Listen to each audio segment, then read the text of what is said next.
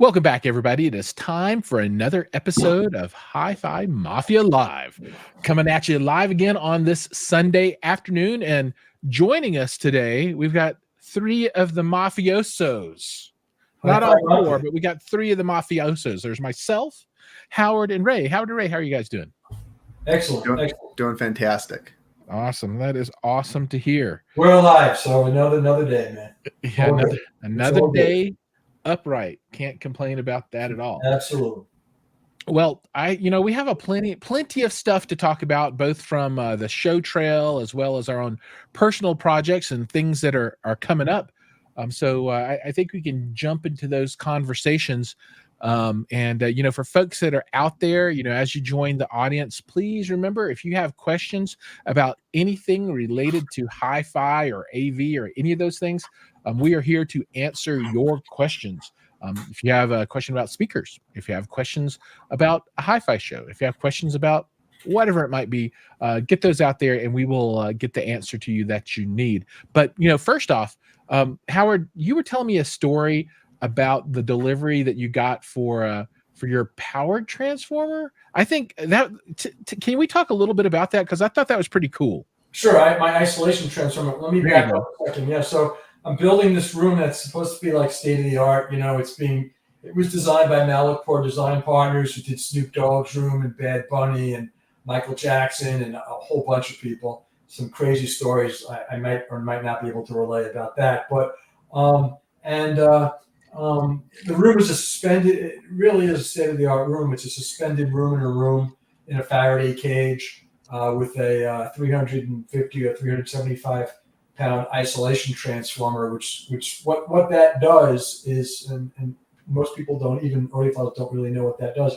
An isolation transformer separates the listening room, from the rest of the house. So when someone turns on opens the refrigerator or turns on a hairdryer or whatever, you're not getting that electrical interference. It's basically two windings, copper wire, two very, very large windings. And so when the electricity goes through both, it arcs. Electricity is transferred from one winding to the other, but there's no physical connection. So it isolates from the rest of the house. So it's coming together. I'm making a video series on the listening share on our YouTube channel, and it will be in our Facebook group also.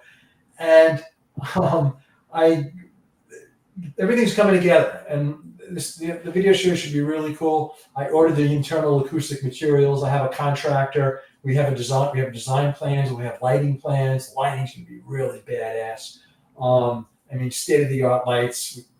I didn't want this, but while we were doing it, all different colors and stuff, and really crazy. But to get back to your question, so one of the things we're getting is this isolation transformer from one of the partners on the project, which is Taurus.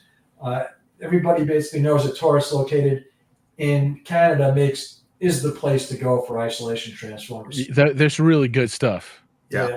So basically, I live on a private road. It's very narrow. You can't park on the road. They'll give you a ticket because there's not enough room for an ambulance to get through if you park on the road. So the isolation transformer is coming. I get a phone call from a trucking service, and about 11 o'clock in the morning, and the guy says, "Hey, I'm here. I'm on a 16-wheeler. I can't make it up your block. Come and get this isolation transformer." So I'm like, "Oh, great." So I get my SUV and I drive to the end of the block, and sure enough, this guy's waiting there. And he's pretty smart. He's done this before. He just basically, I back into him. Now I'm facing the wrong way in traffic, and I think a cop's going to come down. I'm going to get a ticket. But he basically raises and lowers his lift gate until it's exactly even with the back of my SUV, and he then pushes it very easily into my car, and then says goodbye. And I said, how do I get this into my house? And it's like, I have no idea, man. So he takes off, and so I'm driving up. My house is on a hill, and I'm driving up, and my rear hatch couldn't close because this big. And let me see if I can get you a picture here. Let me see. You said this is Taurus Power, right? This is Taurus. No, this is Taurus Power delivering. Yeah. So I hit present, right, and then I hit slides or video. What do I hit, Josh? Share screen. Just present. You can share a screen or share a window. Okay. Yeah, and so for folks that are joining us while while Howard's pulling this up, feel free to drop questions or comments in, and welcome to Siphonics, who's here with us, and he says that he knows as few people have done the isolation power in Japan, that kind of thing. And see, for me, I would love to do that in my home theater, because I think I have some of the nastiest, dirtiest power in the world here in Colorado. I mean, it is just full of noise.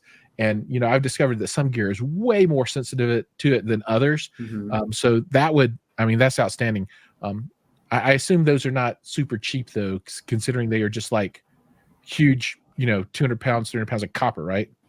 Well, this was pretty expensive. I think the retail is like 15 grand or something like that, 14 grand. Yeah, but makes sense. But they do make smaller ones and lighter ones down to mine's going to be like a electrical panel that goes on the wall.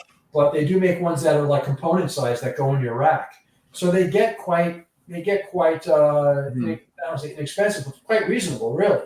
Yeah, Taurus does have like a power conditioner that you can buy just for your audio equipment rack, and it's the same deal. Like, it's all audio transformers, AVR regulated, real nice stuff. Yeah, so I'm driving up with the hatchback up my hill, my block, and I'm like, I know this thing's gonna fall out, man. I just know it's gonna, because I'm on such a steep hill. But somehow I made it up, and I'm in my driveway, and I look around, and every house that in my neighborhood, I know the people. And I'm like, no, there's not going to be a strong male, no offense, nothing sexist here, to help me get this out. And I really didn't want to leave my hatch open and rain, whatever. So, 350 pounds? That's like 4 strong males to get that thing out. Yeah. So, but there was one pretty solid dude, both, in attitude and physical description, who helped me. And we kind of wedged it out of my car, and I put like a towel under it. We got a towel under it so it wouldn't scratch anything. And we just kind of lifted it. We catty-cornered it down to the ground. It was 2 feet in front of my garage. And then we catty-cornered it into the garage. And it was fine. And here's the final result. Everybody can see that? Hey, let me pull it up. I got to add it in. There we go. Bam. Okay, got it. Can you see that? Yeah, you're live on the screen. Yep. Yeah. So anyway, that's what it looked like. It's sitting there. That's the room where it's going to go. And it's gonna be pretty cool. I've ordered the acoustical panels. They're coming from Brazil. They're gonna take 60 days to come in. I have a construction. I think I have a contractor. I think I have an electrician. I think I have an HVAC guy, and it's gonna be pretty damn cool.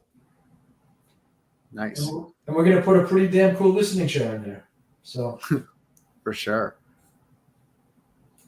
I think John here was in awe. All he could muster was the letter C. He's all like, C. That's good.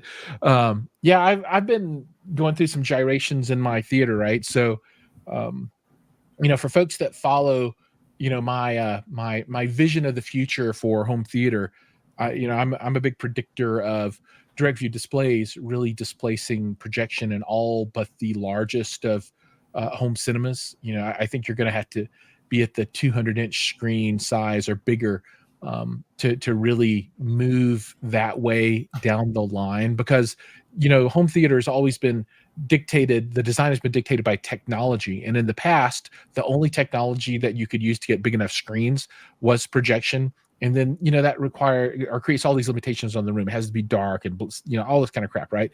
Well. Uh-oh. Yeah, well, it's like, I think we lost Giles there. Yeah. That's a good clip. We should use that clip as a picture of Giles. Yeah, that is a good clip of him for sure. But so while we wait for Giles, the room is in progress here, and it's pretty cool. And I'd love to see. Oh, Giles, you back with us? Maybe, I don't know. Yeah, I see ya. I got the low network notification that just came definitely a little grainy. Yeah, you save a few bucks every month. No big deal, man. No, so. This is the best that Comcast can offer. This is all I got. I just upgraded to fiber 2 gigs up and down, and I'm not happy with it. Really? I'm surprised. Well, I don't know. It might be my Eero mesh routers that are. I gotta hardwire into the router and see if that's the problem, and then I gotta look at the mesh routers. But anyway, yeah. So you were saying, Giles, about your theater. Yeah, so I'm moving away from projection, and I'm going to build through different direct display technology or direct view technology. So the first step is going to be 100-inch television, and then the next step is going to be like a 2:4:1 aspect ratio LED wall. That'll be coming down the line though. So so I don't know if you can see right here. There's like the frame sticking out for my old screen that I had, or the corner of it anyway. So I can empathize a bit with the room bill stuff, and I pulled my center channel out, and I had to learn how to fix a humongous drywall hole. So for folks that follow my Instagram, they've been able to kind of see me being a handyman construction guy with all of this home theater improvement stuff. But it's kind of fun. I'm really looking forward to mounting that TV. I think I might do that vertical slat wall stuff. It's like that's what we have. Yeah, it's like that. It's like on felt, some kind of felt material. It's about that thick, and it gives you a little bit of acoustic damping, a bit, and some. I thought it was about lighting. We have the strip lighting in the walls. Oh no, this is like it's like a wood slats that are vertical. Oh, like the diffuser hub and all those kinds of style. Things. Yeah. Like what you see in the new Starbucks. Yeah. I think I'm going to do the whole wall in that, right? And that'll give you a little diffusion, a little absorption. Nothing that'll help on the low end, but maybe it'll help a little bit on the high end. But I think it'll just look good. Right? Yeah. Oh yeah, it'll look good. So that is a plan as well. And I got to come up with a mount and that kind of stuff. But yeah, I've been doing my room thing as well, and I'm really excited for that. What about you, Ray? What construction jobs do you have going on? I don't have any construction jobs at home, but there's a lot of moving and shaking going on. I just got so much stuff in for review, stuff that I'm behind on. So there's a lot coming soon. And can you give us a sneak peek of some of the things that's going to be happening?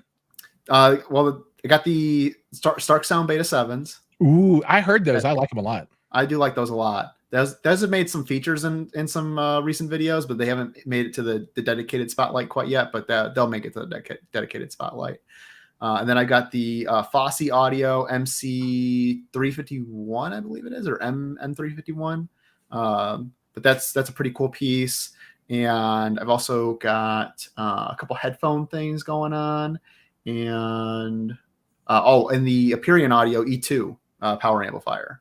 Oh, is that their AB version or? Yeah, it's a AB amplifier. That's a big boy, right? It is big, yeah. But the thing about it is it's big because they use the same chassis throughout their entire line of the E series.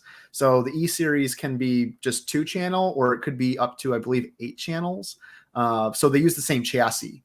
So basically, it's a slot type amplifier unit in the chassis. So in the one that I have, the chassis is mostly air because it's only two of those slots are filled. Gotcha. But if all slots are filled, then it becomes quite a big deal. But it's a big case because of that. Right on. Well, let's take a couple of comments here and some questions. One second, Joe. I just want to say, not to overtake my time here, but that's what the room's going to look like. Yeah, it's going to look awesome. It is going to look awesome. That's from the construction plans. So, so it's going to be cool. That's beautiful. I can't, dude. When it's done, road trip. I'm going to come. Well, plane trip.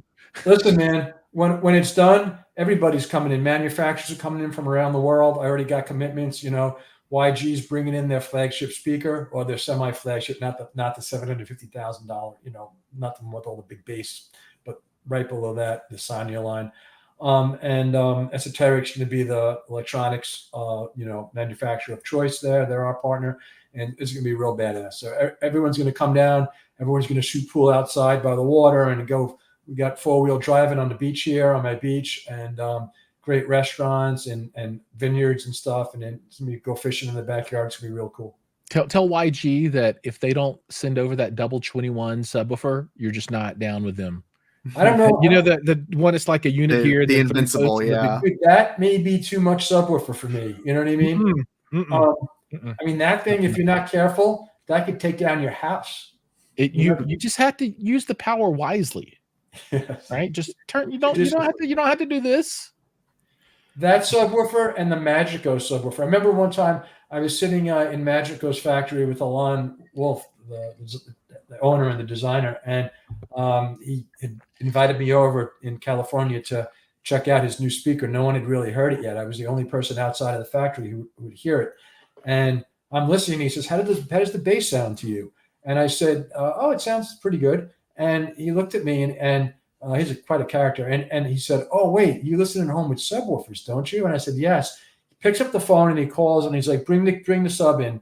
And they came in with the inside, like a little tractor or whatever to carry this, like, how many pound, this is indoors. This thing, they opened up some doors in the room and this machine came in and they dumped off this, like, whatever, hundreds of pounds, 800-pound, 1,000-pound subwoofer.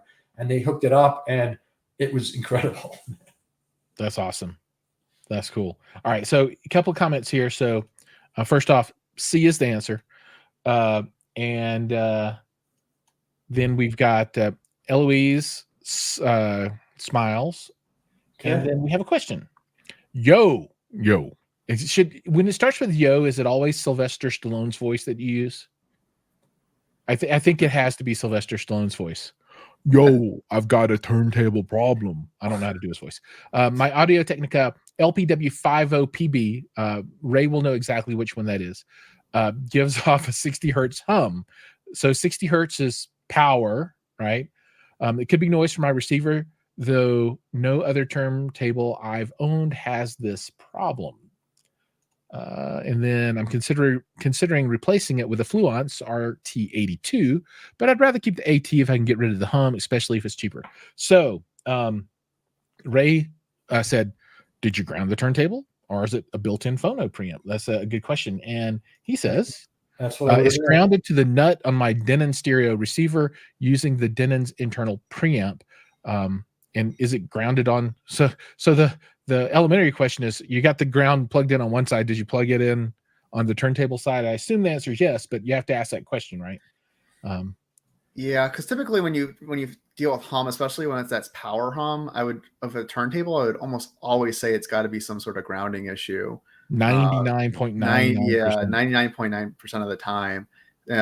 If you're not getting it with any other turntable, I think that's probably really indicative. Or if you just switch to on your receiver, going off of a digital source or something like that, then it's got to be at the turntable end. So it could be that the grounding cable, there's something wrong with the grounding cable. It could be something wrong with the grounding nut on the turntable side, because certainly there has to be a connection there. It could be on the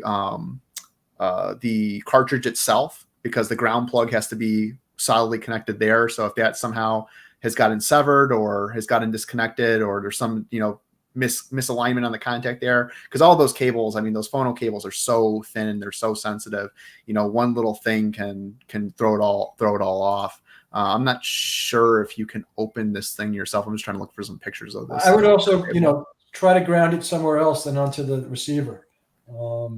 Yeah, because it doesn't have to be an absolute ground. It's just a relative ground. So you could ground it to almost any piece of metal. Yep, absolutely. Yeah, and if you can take that turntable, unplug it with the cabling, leave the cabling, take another turntable, plug it in, use the same cabling, and the ground hum goes away, then for sure it's something with that turntable. And like Ray said, maybe it's up at the cartridge level. But if you can, without changing the cabling, put a different unit in and it's perfect, then it's something with that unit. Yeah, that's the key for 60 hertz hums is isolation and just rule out what it is, one step at a time. There's no easy way to do it. Yeah, both ends are grounded. That's good. Might be the cartridge. Doesn't want to buy another one if you don't have to. I agree. I wouldn't want to either. Yeah. Well, I wouldn't think. I would just check the cartridge cables. I don't think it's the cartridge itself, but I would just make sure that the grounding cable, which should be the green one, is just connected well, and there's no issue with that's visible from the tone arm. Yeah, and you could also, I don't know if this would make much of a difference, but you could get like a cheater plug and use that for the power for the turntable, and see if that makes a difference. I I don't know, maybe. That actually might improve your sound, believe it or not. Yeah. Well, yes, it's yeah. Because I like in my theater room, the power in there is just so horrible. I bought a couple of the dehummers. I don't know. They're the little box and you plug in, it's got a port on the back and whatever they do on the inside, The ones that blink? I think some of them blink. The ones I have don't blink, but it's just they're like called the dehummer or something like that, the dehummer Pro. And I was very reluctant to use them because I didn't know if they it was legit or not. But Amazon, I can return it if it doesn't work, and sure enough, plug that joker in, and maybe it's just a expensive cheater plug. I don't know. There might not be anything inside of it except they just don't hook up the ground. But I use it, and then I had some hum issues, and they all went away. And the noisy power seems to be much better too, because I have one amplifier that's super sensitive to noise, and you could plug it in, and everything else is fine in the room, but that one, just you can hear it coming, and when plugged into this thing, it's gone. So whatever magic it does, and it's audible. It's not like a nuanced thing. It's just hum was there and then hum is gone. So that might be something to do as well. Yeah, and I would say, I mean, on this model, you have the option for either the line input or the phono input. So if you use the built-in phono preamp instead of using the line out, that would probably be another thing that I would check and see if it changes. Cool. All right, I think we have beat that horse into the ground. Folks, if you have more questions, feel free to drop them in. They're anywhere between 20 and 50 of you guys out there watching at one time. I'm sure someone has some questions. See if you can stump us. We love to be stumped. So Ray, did you? I need to go back and check out all your stuff. Did you do the review for that boulder already? Yes, that came out. That came out this past Thursday. Okay. Can you talk a little bit about your experience with the boulder? Because I had a unit like that one a little while back, and I liked it. Yeah, I liked it a lot. It definitely seems like there's a lot of bass power in it. I think that's like the most notable quality. Well, what is the unit for people that don't know? It is the Boulder 861 power amp. So that is their entry-level power amp, $9,250 for the unit, 50 watts into 8 ohms, 90 watts into 4, and they have some ratings for their peaks at each of those wattages, but the stable continuous power is the 50 and 90. So, but it's a really nice unit, only 22 pounds. So it's, wow. Yeah, it's able to fit pretty much anywhere. It's a small footprint. It's meant to be used with Class B, right? No, it's Class AB. Okay. It's still Class AB. Yeah. It's able to fit pretty much anywhere. It's meant really to be used along with their 812, which is their DAC preamp. Does the 812 have streaming? I can't remember if the 812 has streaming or not. I feel like it doesn't. I think it's just a DAC preamp and headphone amplifier, but it has the same footprint as that piece. So it's kind of meant to be used that way. I didn't have that matching component, just the 861, but the 861, I mean, for its size, I think there's a portion of that where it has a little bit of that leaning into a more bassy sound, just because you probably aren't going to get those huge wattages that you'd need for, really bass oomph. And I think that's what people would be looking for from a higher wattage amp. So it gives you a little bit more bass oomph in order to compensate for the lower power of output. That's cool. Yeah, and it's a gorgeous piece of gear too. Yeah, it's really beautiful. It always is with them. That's one of the things I said in the review is like, almost no matter what company you go with, there's going to be a level of like the vinyl lettering, some kind of more cheapy looking things on the amplifier, but the Boulder, everything's CNC'd into the chassis. So there's nothing that is, vinyl or a sticker or anything. It's all CNC'd right into that chassis. If it's not CNC'd, it's not there. And it's like from the littlest detail to the biggest detail. And I really like too that the 6mm binding posts in the back that are spade only, they line up. So when you twist them all the way down, they line up diagonally like that. So Really? yeah, so it lines up perfectly, which That's a nice touch. is a real feat. And also that spade connector is really nice, like versus any other amplifier I've ever tried. I gotta say that spade connector is the best I've ever seen. But I was like, yeah, it's like the lining up of the bolts on like an Audemars Piguet. You know, it's like they care about it so much that they made sure it lined up. And in some respects, like versus like an Audemars, it's even better because Audemars kind of cheats at that. Like they put screws in the bottom and it's bolts on top where you see the watch. Where with Boulder, it's actually the screws down are so precise that it matches perfectly. Yeah, I mean they're nothing but meticulous. Yeah, In their design and implementation. So here's if I could, Josh, so we had them on the HiFi Mafia, and I think it was our last stream, was it? And so anybody who wants to find that can go onto the YouTube channel or go into the live section, and you'll see it on there. Absolutely. Yeah. So I have a question, and this is kind of an older question. It came across a while ago, and I didn't have a good answer, and I wanted to wait till I had both of you guys on the show here to ask your opinions, and then anybody that's listening, if you have an opinion as well. But so for the Boulder 866, right, their integrated amplifier, what is the competition for that? Maybe is the Griffin 300 competition for that, and what others would there be? And the additional question was, so what's competition for the A66, and do any of them have a volume knob? So I figure that is a challenging enough question that I can't answer, that maybe you guys have some thoughts about. Well, I mean, there's a lot of companies that the competition. I mean, it all depends. Boulder is an American company, so if you want to stick with an American company right off the bat, I'm thinking Macintosh, right? That's another company that's American.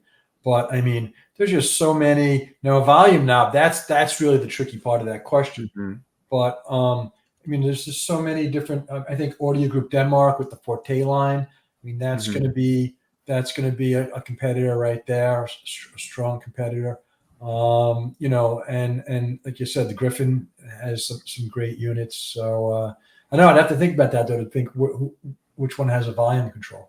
Yeah, the only when I think of volume control and around that price point, I would think of the new Sim Audio North. I believe it's the 681, might be the 681 or 691. I forget which middle digit is there. But that's probably right. I think that's right around the price point. Definitely has that volume knob. That's a really smooth volume knob too. It's not U.S. made, but still North America. I would really look at Audio Group Denmark. Their stuff is, for the money, tough to beat. Yeah, I really like them too. 11,000. Yeah. What's that? What'd you say, Giles? I said I was just agreeing that the Audio Group Denmark stuff is always great. I love it. Now, I just did a Google shopping question, and I said, give me a list of $10,000 USD integrated amplifiers. And here's what the Google brain spit out. So and obviously these aren't all the same kind of thing, because I didn't tell what to compare against, I guess. But Balanced Audio Technology has a tube integrated for 10 grand. Mark Levinson number 5805 integrated is 10,500, and it's got two knobs on it. Yamaha has an integrated amplifier for 6 grand. I don't know if I would consider that a competitor or not. Bryston BI 200 for 8,500. There's another Balanced Audio Technology non-tube for 8 grand for sale at the music room that they're closing out the model. Cambridge Audio has a $6,000 integrated. So they're like you said, just billions of options of gear. Luxman, you can get a pre-owned, pre-loved Luxman L509X for 7 grand. That would be awesome. That stuff always makes it strong. Their recent stuff always makes a strong showing. Yeah, there's the name Unity Nova PE as well. That's a new piece. Ooh, yeah. That's a really nice knob. This is a side note, and maybe for a different day. But did you know, I wrote an article on this? Luxman was started in the 1920s. It's one of the oldest audio companies, and it was started in a hat store. And the guys when the radios first came out, the guys put one or two radios on the floor, and people were so taken aback by them that eventually they got rid of the hats and they moved into the audio. But that's a whole story for a different day. It's pretty interesting, actually. So here's one that I would love to play with myself, because this really speaks to me. And you guys out there should Google this one and take a look at it. I think this thing is amazing. The Lingdorf TDAI-3400 integrated with room correction technology at $8,000. Dude, that thing I love. Daniel has that piece. Yeah. It's super cool. Yeah, he loves it. Yeah. I'd like to see how it performs. Let's put it that way. Me too. Yeah. I like the way it looks, though. I do like it. And you can have a little tiny CD player that matches. Oh, it's so cool.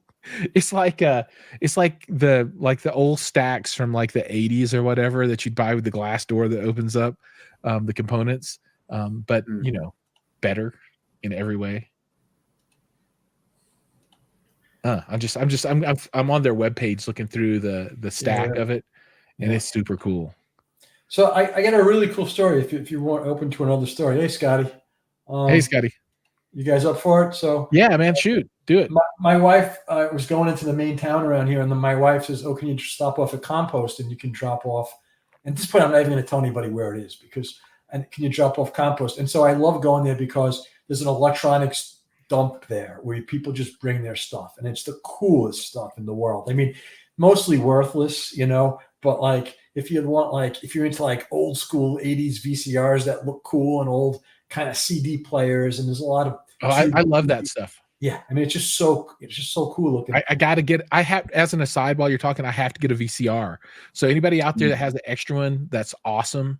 There's plenty of them in there. So I get there, and but it's just great. I mean, there's a lot of old flat screen TVs, or a lot of tube TVs and stuff. Like there was one that was like a little kid's toy that was a TV in the front and like a fire engine in the back. Just really badass stuff. Anyway, so I get there, I jump off the Compost, and I walk into it's a shipping container, and I walk in there, and what do I see? I see an SAE early 1970s beautiful amplifier and a Sound Craftsman equalizer, phono preamp, and preamp. So let me just kind of let's see. Are you talking about like the A501 kind of stuff or something like that? No, this was the C31. 3C. Hold on, let me see if I can get it here. So can I get this up? Okay. I'm trying to look it up. 3C. It was the 3C. So let's see. Why is this not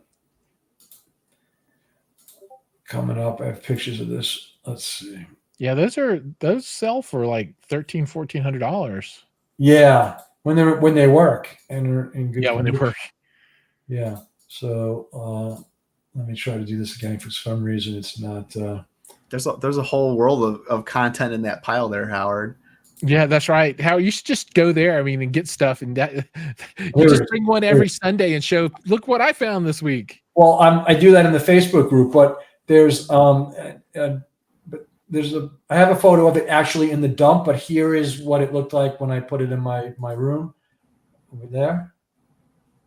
Oh, look at that. That is so cool, wow. Man. That is awesome. That looks awesome. Yeah. That is really, really, really, dude, I love that equalizer. Yeah. So, and a phono preamp. So I actually left and right channel dedicated. That's super cool. Yeah. And so this is a 3C, and it's one of the early, it's the first line that they ever did. It's one of the earliest ones. It's one of the most sought after. I plugged in the Sound Craftsman, and it lights up, and everything looks, I don't know. We'll see. We'll hope for the best. SAE does not light up. I made a few phone calls to people like Steve Rowell at Audio Classics, and he gave me some advice. They're so busy now with their repair line that they're just only really doing Macintosh stuff now. But anyway, so I had that, and then I'll show you guys what I did. Let's see. So then I pull up this weekend. One of my projects were to, let's see, share screen, Windows. Yeah, I look around here, and the only stuff I can find is like Sparkomatic. That was my project this weekend. Let me click. Oh, there you go. You got it all in a little rack right there. Yeah, so it's not the best hi-fi rack, but for this purpose, and it's temporary. And I have my Sound Craftsman test record up on top. I put that in the now playing. And on the bottom, I'm going to put my 1970s Philips GA312 turntable, and that's going to be it, man. See, I think that's cool, and I would actually like to do like a vintage 70s stack as well. That is similar to that, and of course, I would mate it with modern sources, but for preamp and amplifier, I would love to get some cool vintage stuff like that. I hit the thrift stores all the time trying to find stuff, but here in Colorado, there's just nothing. Let me tell you the most badass part of it. I am going to get some vintage monster cable interconnects and speaker cable. That's cool too. Yeah, that takes me way back. I love it. Yep. And so that's that.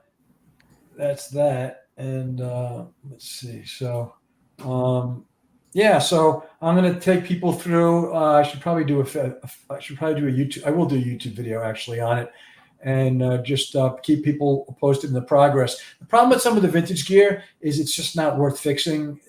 Like for this, I want to fix it, so I'm going to spend the money because I want it. But a lot of times you exceed the value of the unit. But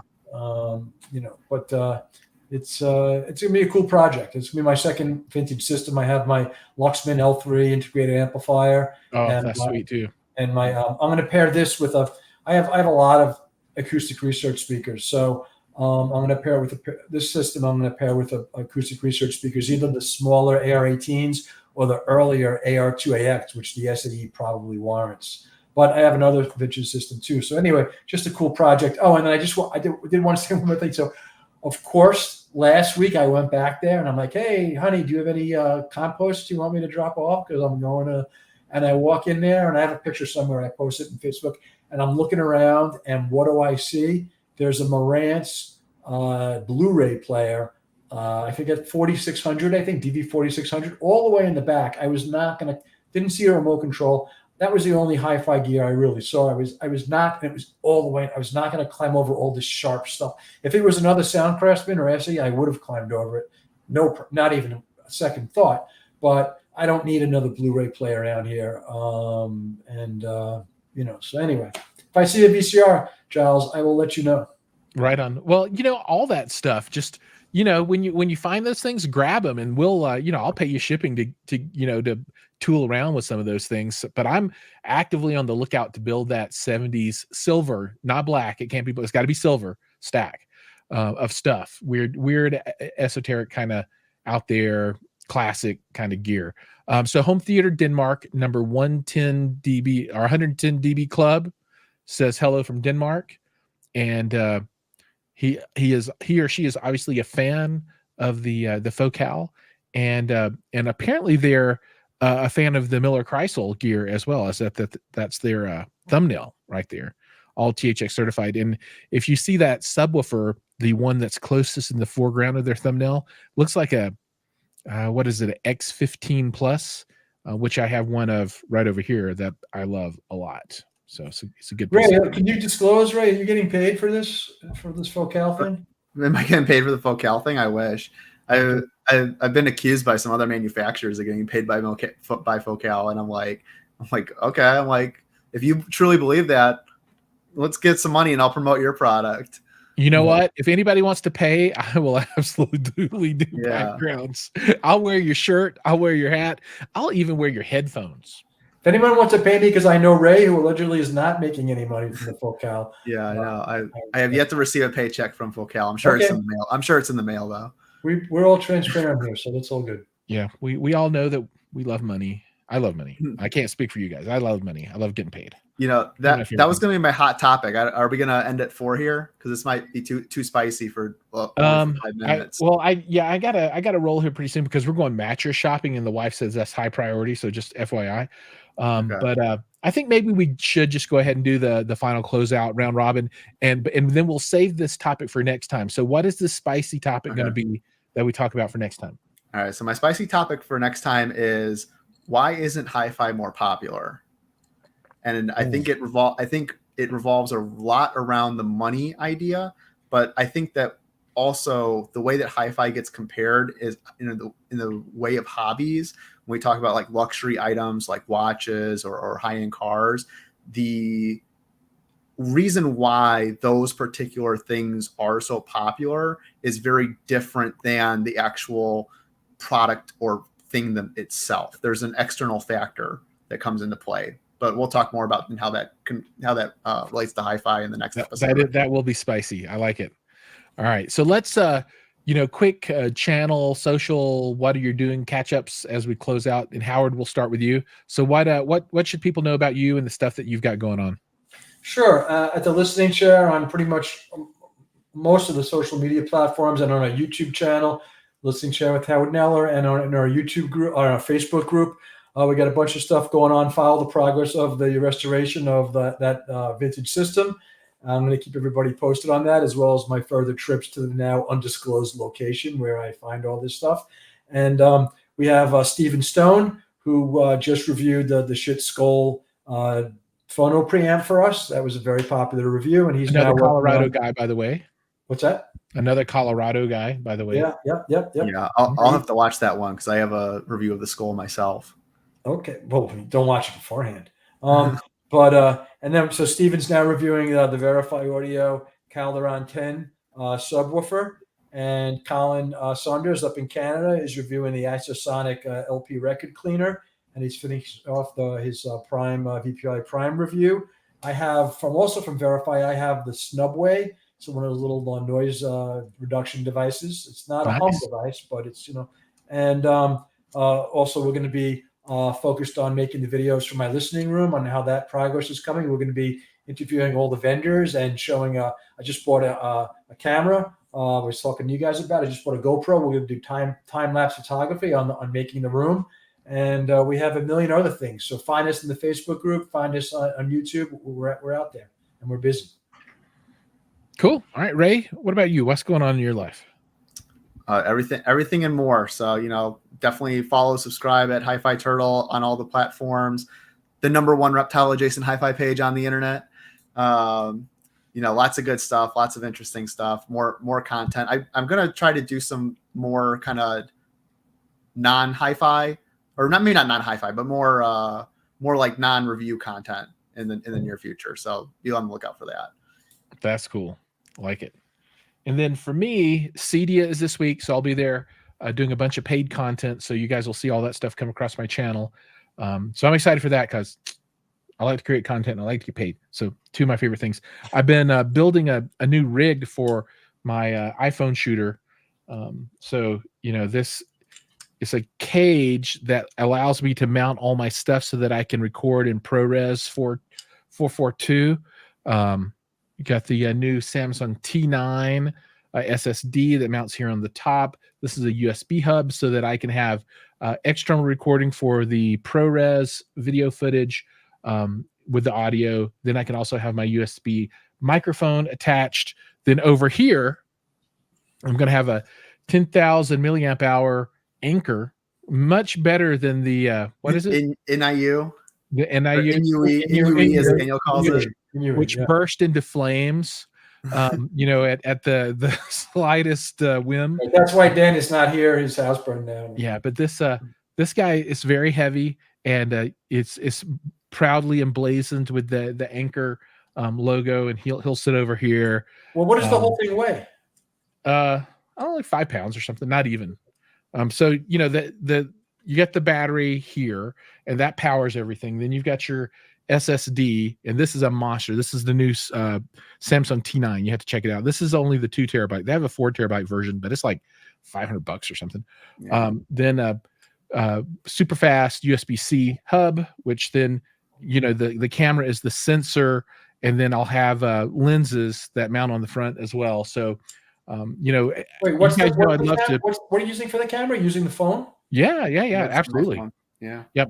And cool. I got to get one of those. What brand is it? this is it's a small rig cage. Yeah. And I've got my second. So the handle on this side has got the Bluetooth shutter release. Mm. So I'll be able to hold this and that, and then I'll have this shoe will mount here, and then I'll mount this on my tripod. And this is and then this is my walk around kind of frame, right? So it allows you to really get high quality content out of the Apple, right? So the cameras in these are really, really good. The only thing that you don't get is zoom, right? You don't get a real glass, and you don't get real bokeh. But other than that, they're very capable sensors. It's just that the phone can't record internally ProRes at high quality, and you want that ProRes when you're doing high quality recording. That's why you have to use the external and attach all that stuff. So I'm really excited for that. I'm going to use that to film everything at the show. What's the brand again, Charles? For the cage? Yeah. This is small rig. Small rig. Okay. Yeah, and I'll have the other camera handles on order. So this is a small rig cage. The small rig handles. This is the small rig T9 or Samsung SSD holder. These are OEMs. I don't know. This is a Anker, I think Anker. No, Belkin USB hub, Anker power, and then of course I already showed you the SSD. So how do you get image stabilization? It's built into the phone. Just built in the phone, yeah. Yeah, but I am primarily going to use this as a tripod mounted rig, and I'll do a little bit of walk around with it this way, right. But mostly this is for tripod mount. Okay. And I'm using a Ray's camera for most of my high motion shots. The Pocket 3, yeah. Yeah, the Pocket 3. That thing is so cool. And it's on a full gimbal already. And yeah. for walking around, that thing is amazing. Yeah, it's hard to beat. Yeah. All right. Well, excuse us for talking shop here, but any creators out there were probably interested. So yeah, it's good stuff. And you guys know how I like to use kind of the alternative technology solutions for things, and this is kind of an alternative technology solution. Like if you look at the content Ray puts out with his, what is this, Sony, right? Yeah, my Sony. Yeah, it's gorgeous, right? It's beautiful. But you got to carry that glass around. Of course, with this huge rig, I might as well just get some glass and carry it around too. But it's just me being it's weird, right? Yeah. So that takes amazing photographs. But for me, it's all about the video, and I want to be able to record that ProRes out of an Apple. And then because I upgrade this every year, right? And I need a rig like this so that you just swap in and out the pieces as you need to. So I really like it. Anyway, so that'll be helping me out at Cedia, and then of course my big project is the room. But I have a litany of other projects I'm working on. I just installed some new Dayton Audio M6s, I think it is here, which are surprisingly good. They're only like $299 or $399, something like that. Really great price, and the sound stage is amazing for monitors. But yeah, that's what I got. Oh, and I just want to add one thing. Our listening share website is coming this week. So listeningshare.net. Nice. So we're going to make an announcement wide and far about that. So. Cool. Van Gool says, I want to get the iPhone 16 Pro for the camera upgrades and the capture button. Yeah, absolutely. I'll be first in line for that one myself. And I also use a Samsung S24 Ultra. That's my. I heard the folding phone is possibly the iPhone 17, but it's not going to have the high-end camera on it. Yeah, that's the same way Samsung is. They don't put their highest end camera on the folding one. Yeah. Yeah, for me, really, the primary use of my phone is as a camera, and the phone piece is secondary, honestly. All right. Okay, I think we're at a good point. Thank you, everybody out there, thank you so much for joining. And for the whole HiFi Mafia crew, thank you guys for jumping on today and chit-chatting a bit. It's always a wonderful time with you. And our plan is to be back again next Sunday, potentially with a guest. We'll see how that goes. And if anybody out there has votes for, the time that we air, let us know if you like the Sunday or if you think a different time frame would be good. We're trying to figure out what that looks like for the future.